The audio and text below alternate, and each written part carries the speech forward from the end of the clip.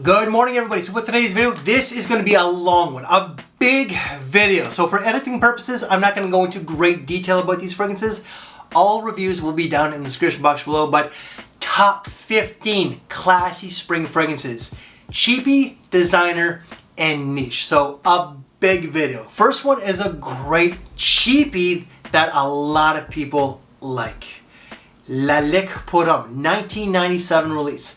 This has patchouli, cedar, sandalwood, lavender. It's got a lot of citrus of like lemon, bergamot. I think it's got grapefruit and pomelo. There's a little bit of iris as well, and oak moss. It is most certainly woody, earthy, and masculine. I don't get the iris per se, but there is maybe a little bit in the background, and I think that there's a vanilla, if I haven't listed. The vanilla is pretty much non-existent on my skin. Every now and then it kind of just makes like a little cameo and says, "Hi, I'm here," but for the most part it's like way in the back. But I really like this one. It's super classy, it's masculine, it's gently. If it wasn't for Stuart from the channel Sense of Style, I would not have smelled this one in years. Back in the day, I smelled this. I did not appreciate it, but where I'm at now in life and in age, love it. I had to get it. For fragrance number 2, people would say go with the EDP, which I would say it's a great one, but you can't sleep on the EDT, the original Tom Ford Grey Vetiver. This is a great scent. There are a few flankers to this one here, but this one here is fantastic. I'm glad I got it. It was a gift from my wife, but a lot of vetiver. Earthy, woody vetiver, a lot of lemon along with grapefruit. There is going to be a little bit of artemisia. There is oak moss and musk. Overall, woody, citrusy, earthy, like a little mossy, timeless classic. Tom Ford never disappoints. Next one was another gift from my wife, and it's not for everybody, but I think it's a great modern day gentleman fragrance. Yves Saint Laurent Myself EDP. This came out either in 2022 or 2023. Either date. I'm getting it wrong, but it's either of those. This has a lot of bergamot. It's got a lot of ambroxan. A lot of ambroxan. There's also going to be some Tunisian orange blossom or something like that. Some sort of white floral with a bit of an earthy, dank patchouli. Overall, great scent. Not exactly the most masculine. You know, the patchouli is what adds that a little bit more masculine to it and adds a little bit more character. But the main takeaways is most certainly going to be the ambroxan and citrus. Then it's going to be a little bit of that orange blossom with the patchouli in the background. It's a modern day gentleman fragrance for someone who wants something that's a little bit mass appealing, but at the same time a little different. Let's go with a niche, shall we? Atkinson's Posh on the Green. This is a little vintage with a modern touch. It has a little bit of a, I think it's classed as a fougere, but you get a lot of greenery. So very much like the bottle, there is a lot of galbanum. There is mint, there is going to be some coriander, petitgreen, geranium, and vetiver. Old school, but new. And I also feel like there's a little bit of lavender as well. It's a great scent. I don't reach for it like I used to. This is like a new bottle. The other one broke, unfortunately, because I had like that much. Mind you, I decanted quite a bit, but I enjoyed it quite a bit as well. But this is just for like a more mature man. Someone who wants something a little bit more expensive, but at the same time, affordable. This is not ultra niche. It is not ultra expensive. This brand, even though it's niche, is quite affordable. Next fragrance was a surprise to me. I love this one. A lot of people don't, but myself, I really enjoy it, and it's a cheapie. Lagerfeld for Men. You're gonna get lavender, apple. There is gonna be violet, sandalwood, mandarin orange. For the most part, a lot of lavender, violet with apple, and the base or like that background is gonna be the amber with the sandalwood. This has that powdery violet, which also makes this very airy, and that fruity nuance, that apple, makes this a little bit more playful, but there is this class about it. Next one is going to be from Bentley and their collection line. This one never really caught on, and it's a great scent. Exotic Musk from Bentley.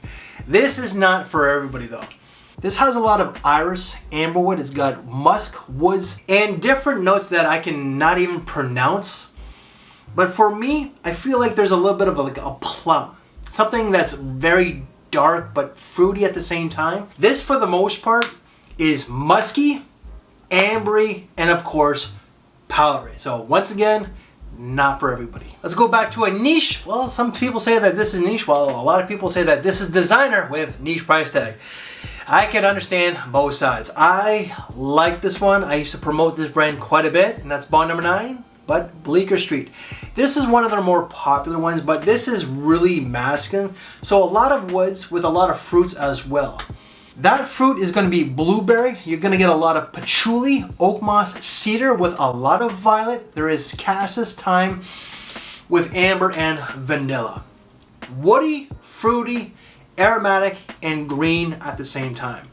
This is a great scent. I can understand why that this is one of the more popular ones.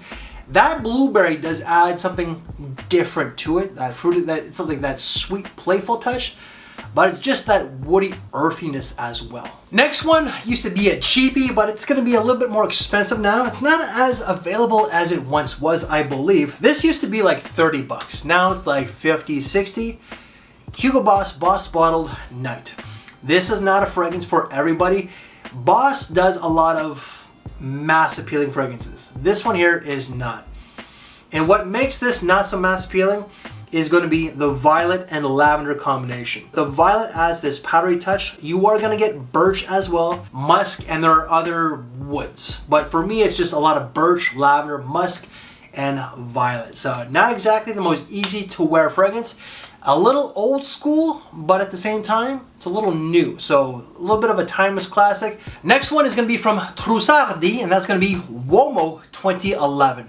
This has a little bit of an old school vibe, but modern. It's got old school notes of clary sage, violet, geranium, and oak moss with, of course, the patchouli. But there's also going to be galbanum, bergamot, a little bit of leather, and more. Definitely old school, but new. Most certainly not for everybody. This has that classic Italian DNA, I find, and I like it, surprisingly.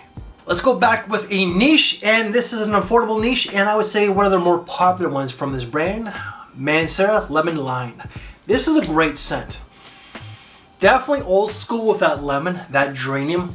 You're also going to get lavender, white florals, amber, musk, and oak moss. Definitely lemon as the main takeaway. Musk, geranium, and lavender.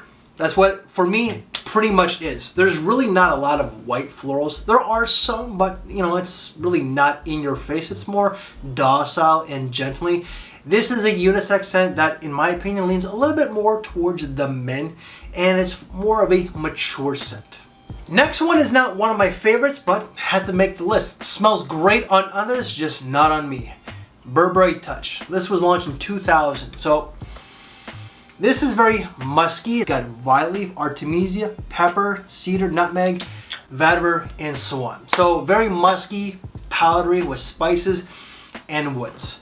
Again, not for everybody. Try this one out before you blind buy. But on others, smells great. Unfortunately, just not on me. Next fragrance is not for everybody, and this brand I've really taken a deep dive. I really like this brand.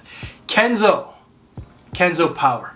Again, this fragrance is not for everybody because it has a lot of florals. It's a floral citrusy amber scent with a little bit of musk. The florals itself, I don't know what it is, but it's very much like a bouquet of flowers. You are going to get some tolu balsam, a lot of labdanum, along with coriander and cardamom as the spice. The citrus itself is bergamot, but I feel like it's going to be lemon verbena because it pops. There is also this soapy floral aspect. I don't know where that's coming from, and in some ways it smells classical and dated. It smells like an older woman in all honesty, but I like it. But this fragrance reminds me of gray flannel, which I hated back in the day. I haven't smelled it since I did that video, so if it's got that vibe and I like this, I most certainly would like that one as well. So we're down to 3. Let's do a cheapie, a designer, and a niche. Let's go with the cheapie though. Montblanc Platinum Explorer. This one unfortunately never really caught on. It came out, I believe, in 2022 or 2023, but it's actually quite nice. There is a lot of clary sage along with violet leaves and cedarwood. So just very airy, a little herbal and woody. A little old school, but new. Let's go with the niche. Well, designer with niche price tags. So you already know it's Bond, but this is a great one. Shea Bond. Whether you hate or love Bond, even those that don't like Bond, they do like this fragrance. This fragrance also gets comparisons to GIT from Creed. There is definitely the similarities. I got both. I prefer the GIT. That one I would wear for special occasions because that was a wedding gift for my wife. This one I would just wear every single day. It's an everyday fragrance that's green, it's aromatic, it's fresh. You get citruses, grass, violet leaf, tea, sandalwood, and vetiver. And last but not least, let's go with the designer. I wish I kept this one here, but it was a gift from Cody Drakduk. An old school guy I wish would come back, but Chanel Platinum Egoist. So definitely has seen better days. It's the cap itself has faded a little bit, and he's used quite a bit of juice, which is fine with me because this is all I need. This is a great scent that came out in 1993. It smells vintage, which it is. It's a little old school, but this will be timeless. There's a lot of lavender, rosemary, petitgrain, clary sage, geranium, oak moss, vetiver, sandalwood. So there's a lot going on, like a lot of old school notes. There is this green, fresh, aromatic feel to it, a little fougere, a little herbal, but most certainly woody as well. And guys, that is 15 classy spring fragrances, cheapies, designer, and niche. In the process of doing this video, I broke my Kenzo bottle. I no longer have that bottle.